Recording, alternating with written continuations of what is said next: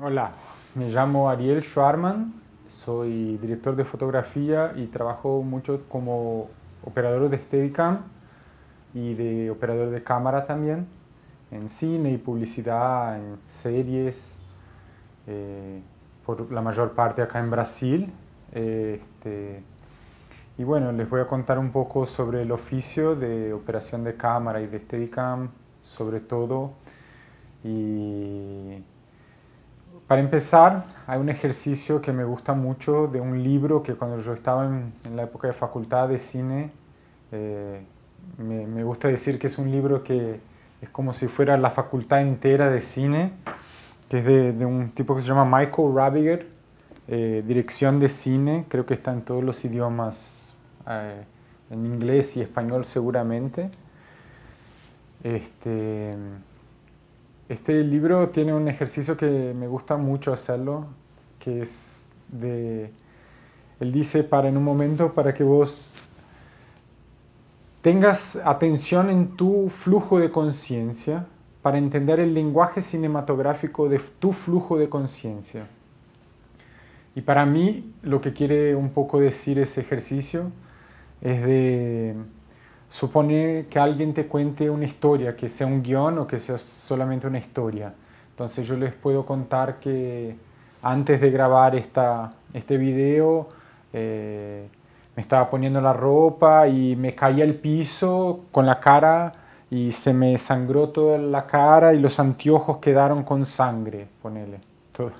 Una escena un poco dramática, pero para ejemplificar que cuando yo cuento esto, todo el mundo ya se pone, de alguna forma, ya está posicionando cámaras en un lugar, imaginando que yo me esté vistiendo, cambiando de ropa, y que en el momento que me caigo al piso, por ahí alguien ya ve un tipo de un movimiento de cámara distinto, y cuando digo que los anteojos se quedaron con sangre, puede ser un otro corte en la edición de la cabeza, o por ahí alguien se imagina la cámara aproximándose, pero lo que tiene de bueno este ejercicio es estar atento a las imágenes que nuestra cabeza va creando conforme estamos leyendo un guión o cuando alguien nos está explicando cómo quiere filmar a una escena, ¿no? Para después también poder transmitirle a las personas lo que necesitas hacer con la cámara o lo que te parece una buena idea, a los actores o a quien está delante de la cámara, cómo transmitir esto de vuelta a lo que pensaste en palabras. Entonces estar atento a ese flujo de conciencia cinematográfico me parece una de las cosas bien positivas como ejercicio para toda la vida, digamos, ¿no? Este, bueno, además de eso, eh, el ambiente de filmación, así, me gusta mucho de algo que aprendí cuando estuve con Garrett Brown, que es el inventor del Steadicam, y ellos nos decían que fueron 5 días de lección en un workshop de esos que los hacen con constancia.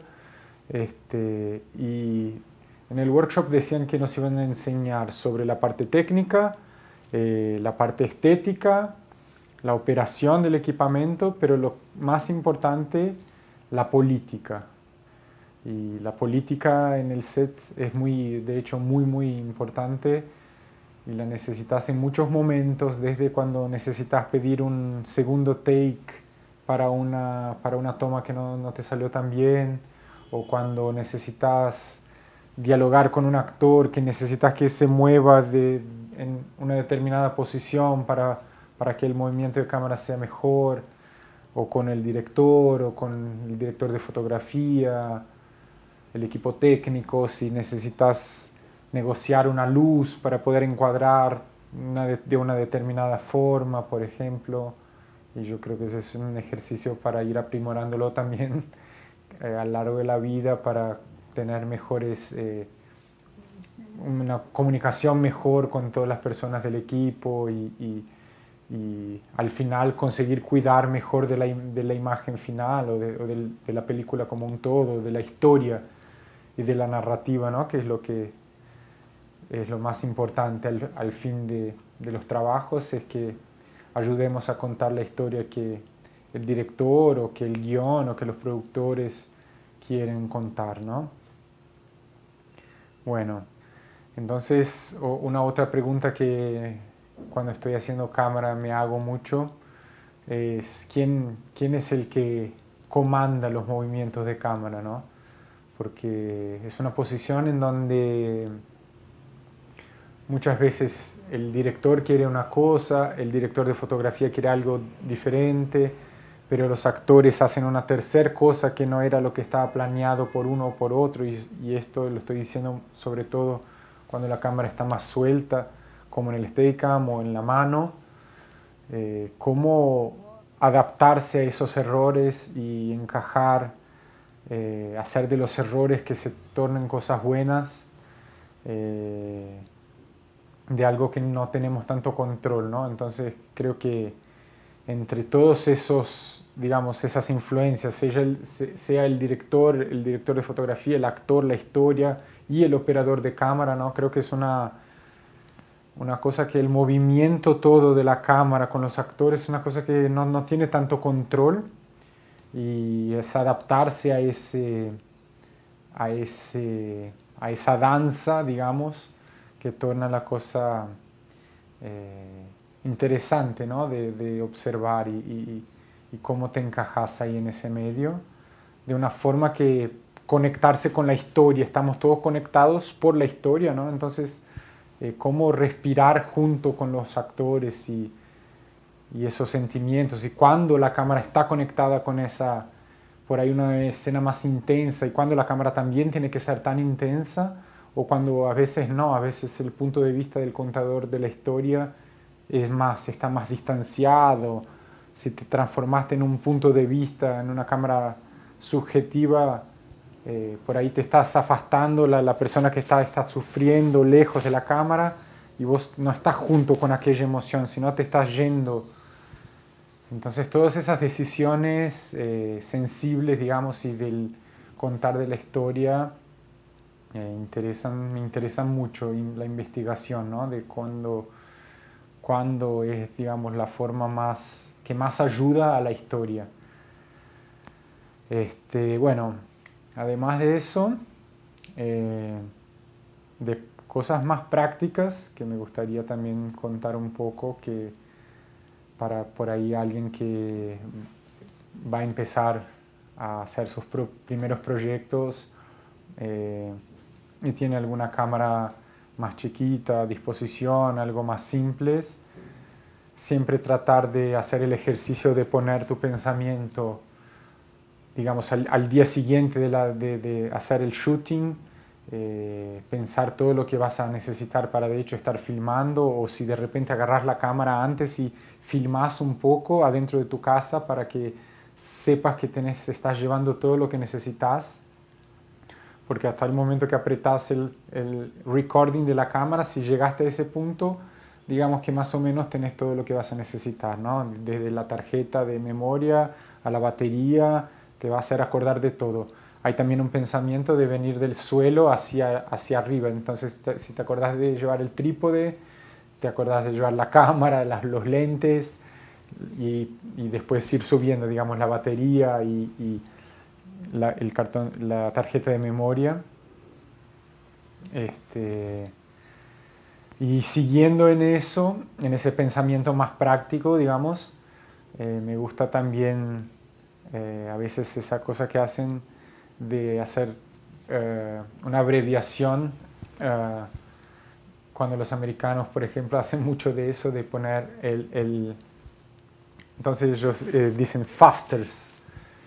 El primer pensamiento es el del fast, entonces agarras el F y te acordás del foco. El A, te acordás de la abertura del diafragma.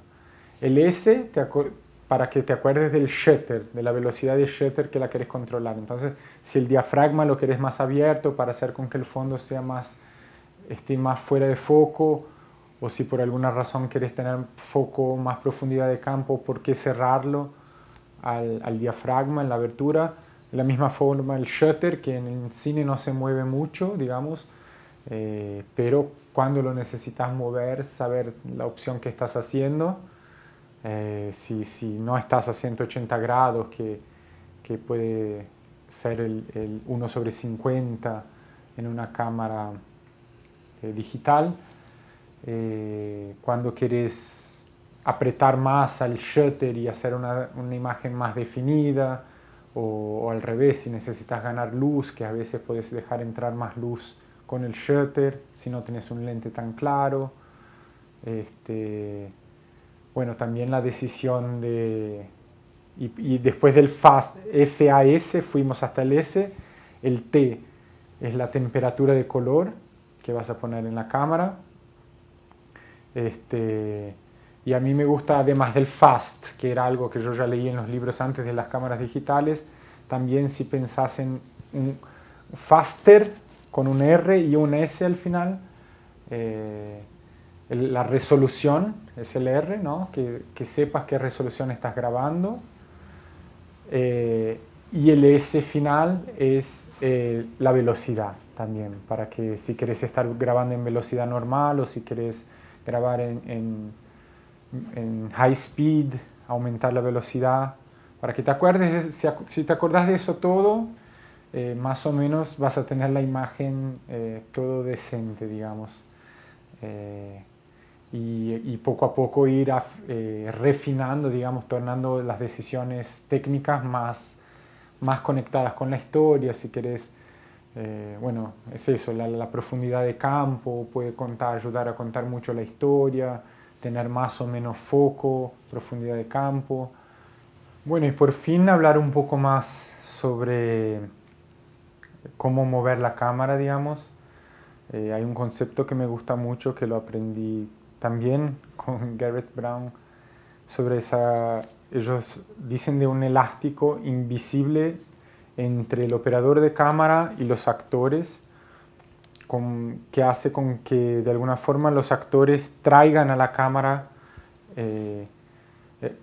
hagan con que el movimiento de cámara sea conducido por ellos, digamos así, ¿no?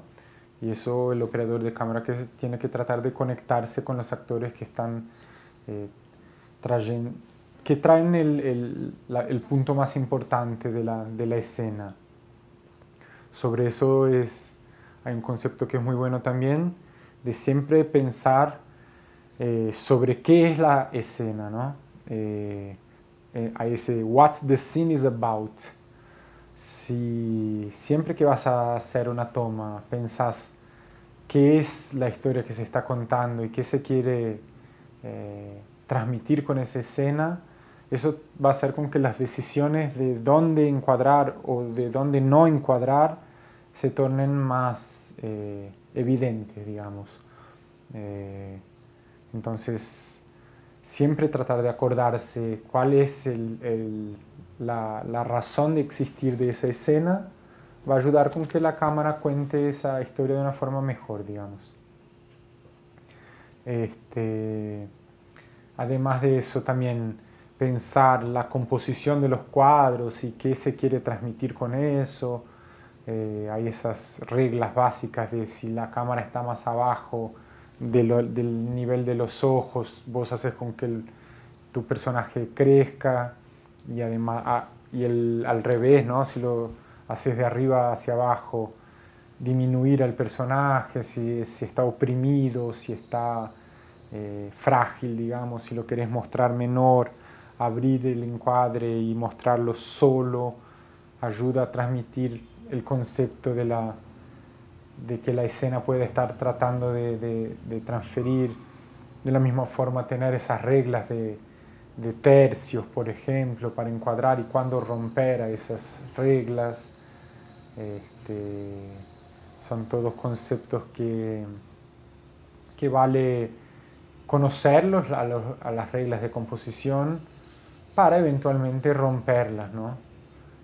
De la misma forma, cuando estás haciendo, por ejemplo, pequeños trabajos de entrevistas en documentales, cuando tenés dos cámaras, si vos las pones ahí, esa regla que ayuda mucho a la edición, de tener las dos cámaras en 30 grados por lo menos, así el corte sale más agradable, en proporciones eventualmente diferentes. Si un encuadre está más cerrado, hacer el otro más abierto y a 30 grados una de la otra, manteniendo digamos, la altura de los ojos, que son reglas que no siempre son necesarias seguir, pero que pueden ayudar. Y bueno, por fin, creo que les puedo dejar que en mi experiencia, tener pasado por muchas áreas, desde sonidista hasta postproducción, ya como editor, como viendo la postproducción, composiciones, esas cosas, me ayudó mucho hoy a tener una visión más amplia, digamos, de cuando estoy haciendo ese oficio más técnico de cámara.